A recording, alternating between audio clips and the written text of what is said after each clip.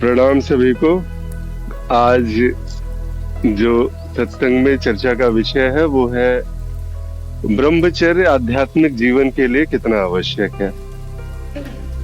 और ये जब हम बात कहते हैं आध्यात्मिक जीवन के लिए ब्रह्मचर्य की आवश्यकता, तो ये सबसे पहले जानना चाहिए कि आपका आध्यात्मिक मार्ग कौन सा है, आपका संप्रदाय कौन सा है, आपके गुरु कौन से हैं। क्योंकि वही निर्धारित करते हैं कि आपके लिए क्या ब्रह्मचर्य अनिवार्य है या फिर वास्तव में इसकी कोई आवश्यकता नहीं है। लेकिन मूलभूत रूप से अगर देखा जाए तो क्या एक सामान्यता जिसके पास गुरु नहीं, जिसके पास कोई अन्य जो है वैसा निश्चित कोई मार्ग नहीं है, वो अभी ऐसा है कि सारे ही मार्ग उसी के मार्ग है। कोई निश्चित जो है एक व्यवस्था के साथ में वो नहीं चल रहे। ज्यादातर आबादी इसी प्रकार की है जिन्होंने अब तक गुरु नहीं बनाए हैं, किसी आध्यात्मिक मार्ग का चुनाव नहीं किया है, लेकिन जीवन में आध्यात्मिक अभ्यास कर रहे हैं, तो वो आगे बढ़ने का प्रयास कर रहे हैं। थोड़ा बहुत योगा वगैरह कर लेते हैं, कभी कभार मंदिरों में चले जाते हैं। लेकिन जब बाबाओं से ऐसा सुना जाता है, बहुत सारे संतों से ऐसा सुना जाता है कि जीवन में ब्रह्मचर्य एक बड़ा अनिवार्य सा विषय है, तो ऐसा लगने लगता है कि नहीं, बिना ब्रह्मचर्य का तो फिर तो आध्यात्मिक जीवन जो है वो बिल्कुल संभव ही नहीं है, हो ही नहीं सकता है। बिल्कुल भी ऐसा नहीं है। देखिए, अगर इस प्रकार की जो मान्यता है, ये बस एक मान्यता ही कही जा सकती है। ब्रह्मचर्य को अगर अनिवार्य बनाया गया है, ब्रह्मचर्य की व्यवस्था अगर रखी गई है, तो वो एक निश्चित संप्रदाय में की गई, निश्चित मार्गों में की गई। अलग अलग प्रकार के संतों ने इस प्रकार के जो है व्रतों को, अनुष्ठानों को मतलब धारण किया है कि हाँ, मैं इतने जो है मैं नास्तिक ब्रह्मचारी रहूंगा। एक बड़ा विचित्र सा मतलब नास्तिक ब्रह्मचारी जिसने बचपन से आज तक कभी जो है किसी प्रकार की अपनी स्वयं की जो है ना वो हाथों की या फिर किसी प्रकार की चेष्टा द्वारा भी वो मतलब ऑर्गेज्म वगैरह जो है उन्होंने महसूस नहीं किया। ये बिल्कुल ऐसी सी बात है कि बचपन से लेकर के उन्होंने ऐसा कड़ा व्रत जो है वो धारण किया हुआ है, और उस व्रत अनुष्ठान पर, नियम पर वो अपने कायम रहे। तो क्या ये बिल्कुल ऐसा ही होना चाहिए, या फिर जब जागे तभी सवेरा, उसी समय से आप बिल्कुल ब्रह्मचारी बन जाओ और वहां से फिर आने वाले मार्गों में आप आगे चलो, उस मार्ग में आप आगे चलो। देखिए, ये मार्ग की बात है, मार्ग के गुरुओं की बात है। मार्ग के अगर आपके गुरु ये कहते हैं कि ये आवश्यक है, ये आपके लिए, अगर आपको एक लक्ष्य को पाना है और उस लक्ष्य में अगर आप उस गुरु के सानिध्य में अगर आप कर रहे हैं सारी की सारी बातें, तो वो गुरु आपको अगर निर्धारित करता है कि ब्रह्मचर्य की आवश्यकता है, तो बिल्कुल धारण कीजिए। लेकिन जहां तक रही बात एक सार्वभौमिकता की बात, कि जहां पर ऐसा है कि आपके पास न मार्ग है, न गुरु है, न कुछ है, बिल्कुल भी मत कीजिए। कोई आवश्यक नहीं है जीवन में आध्यात्मिकता के लिए कि आपका जो है ब्रह्मचारी होना बिल्कुल ही बिना इसके काम नहीं चलेगा। बिल्कुल, एक जो चीज है ना, जैसे कहते हैं कि जन्म लेने का जो मूल कारण है, इसमें से बहुत बढ़ करके एक कारण जो है काम वासना भी होती है। और जन्म लेने के कारण जो है इच्छाएं जितनी भी होती हैं, वो इच्छाओं में से सबसे बलवती इच्छा होती है ये काम वासना की इच्छा। काम वासना, भूख, बच्चे, मतलब परिवार, इस प्रकार की इच्छाएं होती हैं ज्यादातर। और इन्हीं प्रकार की इच्छाओं के द्वारा जो है एक मनुष्य जो है वो बार बार मृत्यु लोक में आना जाना उसका लगा रहता है।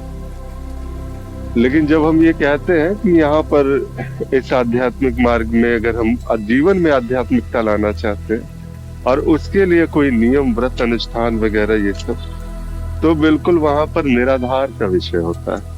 ये बिल्कुल बेमानी सी बात है कि आपके ब्रह्मचारी हो जाने से आपके जीवन में आध्यात्मिकता का प्रवाह आ जाएगा। बिल्कुल भी नहीं आएगा। वीर्य का ऊर्ध्वगामी हो जाना, कुछ जो है सुषुम्ना नाड़ी में ऊर्जा का प्रवाहित हो जाना, पागल होने लगोगे आप अगर इस प्रकार से अगर आप काम करोगे। अगर किसी गुरु के सानिध्य में नहीं हो और जबरदस्ती का आपने अगर कोई व्रत धारण कर लिया है, तो बिल्कुल पागल हो जाओगे, मानसिक विक्षिप्तता आने लगेगी।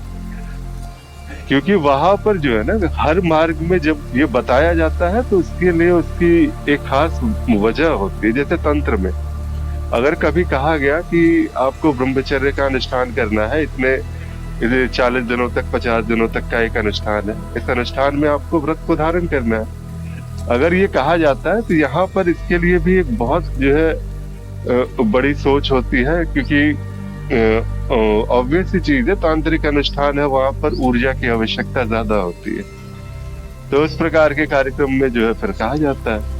कभी कभार भक्ति मार्ग में भी जो है इस प्रकार से कहा जाता है कि ये व्रतों को धारण कर लीजिए, क्योंकि क्या होता है ना कि हमने मनमानी आचरण इतने ज्यादा किए हैं पूरे जीवन पर्यंत कि मनमानी ही करते रहते हैं, तो थोड़ी लगाम लगानी आवश्यकता होती है।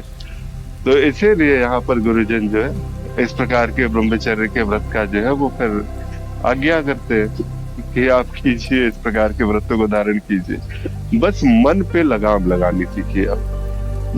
मन माने आचरण जो है उसका आप त्याग हो, मन माने जो है अब यहाँ पर नहीं है। अब जो भी है, अगर आपने किसी इष्ट को चुना है, ईश्वर को चुना है, तो वो ईश्वर की जो है हिसाब से अब आप चले। अपना जो है यहाँ पर अभी ऐसा नहीं है कि आपके जीवन का जो लक्ष्य है अब उस ईश्वर को समर्पित हो चुका है। ईश्वर को प्राप्त करना ही अब सर्वस्व है आपके लिए। तो इस प्राप्त करने के लिए, प्राप्ति के मार्ग में आपको मनमाने आचरणों का त्याग करना होगा। तो इसी प्रकार के चीजें बताई जाती है। योग मार्ग में यम, नियम, आसन, प्रत्याहार वगैरह, इसमें सारी चीजें हैं। तो यहाँ भी कहीं हद तक जो है ब्रह्मचर्य का अनुपालन बहुत आवश्यक हो जाता है कभी कभी, कि बिना ब्रह्मचर्य के वहां पर ऐसा लगता नहीं है कि वो ज्यादा, क्योंकि योग मार्ग है, वहां पर बिल्कुल अनुष्ठान वगैरह इस प्रकार से किए जाते हैं कि इसमें आवश्यकता पड़ जाती है। सामान्य सांसारिक जीवन में सामान्य तौर पे अगर देखा जाए तो ब्रह्मचर्य की आवश्यकता नहीं, लेकिन अति भी नहीं करनी है। कभी कभी ऐसा होता है ना कि एक बार अगर किसी गुरु ने छूट दे दी तो ऐसा लगता है कि बस अब छूट मिल ही गई है तो इसका पूरा का पूरा लाभ क्यों ना उठा लिया जाए। ये चीज नहीं करनी। अति कभी भी जो है उसकी से बचना चाहिए। कहते हैं ना, संस्कृत में भी कहा जाता है अति सर्वथा वर्जते। तो बात यही है, ये बार बार ये बात दोहराई गई है, कहा गया है कि इससे बचिए। अब इतना भी जो है, जिसमें जैसे ब्रह्मचर्य में भी अति अगर आप कर रहे हैं तो फिर उससे बचिए। इच्छा पूर्ति भी आवश्यक है, और बैलेंस जिसको कहते हैं ना कि वीणा के तार को उतना ही खींचा जाए कि उससे जो है एक मधुर ध्वनि प्रकाशित हो। ऐसा ना हो कि उसकी तार जो है वो टूटने की स्थिति में आ जाए। तो इसीलिए इतना भी नहीं करते कि तार टूट जाए, और इतना भी ढीला ना छोड़े कि जो सुर उससे निकलने हैं वो सुर ही ना निकले।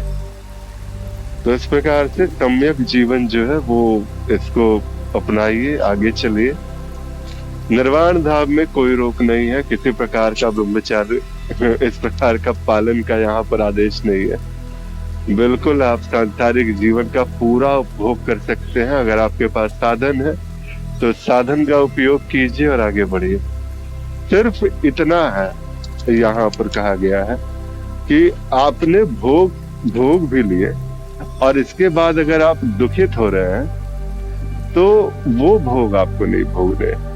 अगर कोई भोग आपको आनंदित कर रहा है, कोई सुख आपको आनंदित कर रहा है, और साधन नैतिकता के दायरे में, तो अवश्य जो है उसको आप उपभोग कीजिए। और उसके बाद फिर जैसा भी रहता है, बिल्कुल आध्यात्मिकता जो है आपके जीवन पे बहुत अच्छे ढंग से उतरेगी। तो इसी बात के साथ मैं आज इस पर ज्यादा नहीं कहता हूँ, क्योंकि ये जो है ना फिर ज्यादा मान्यता जो है वो बनाने वाली बात हो जाएगी। मान्यताओं से बचते हुए सिर्फ और सिर्फ जो एक मूल बात कि ब्रह्मचर्य, अगर आपके पास साधन है तो भोग कीजिए, ब्रह्मचर्य की आवश्यकता नहीं। और अगर आपके पास साधन उस तरह के उपलब्ध नहीं है, जो कह सकते हैं कि नैतिक है, तो फिर साधन की व्यवस्था कीजिए, विवाह कीजिए।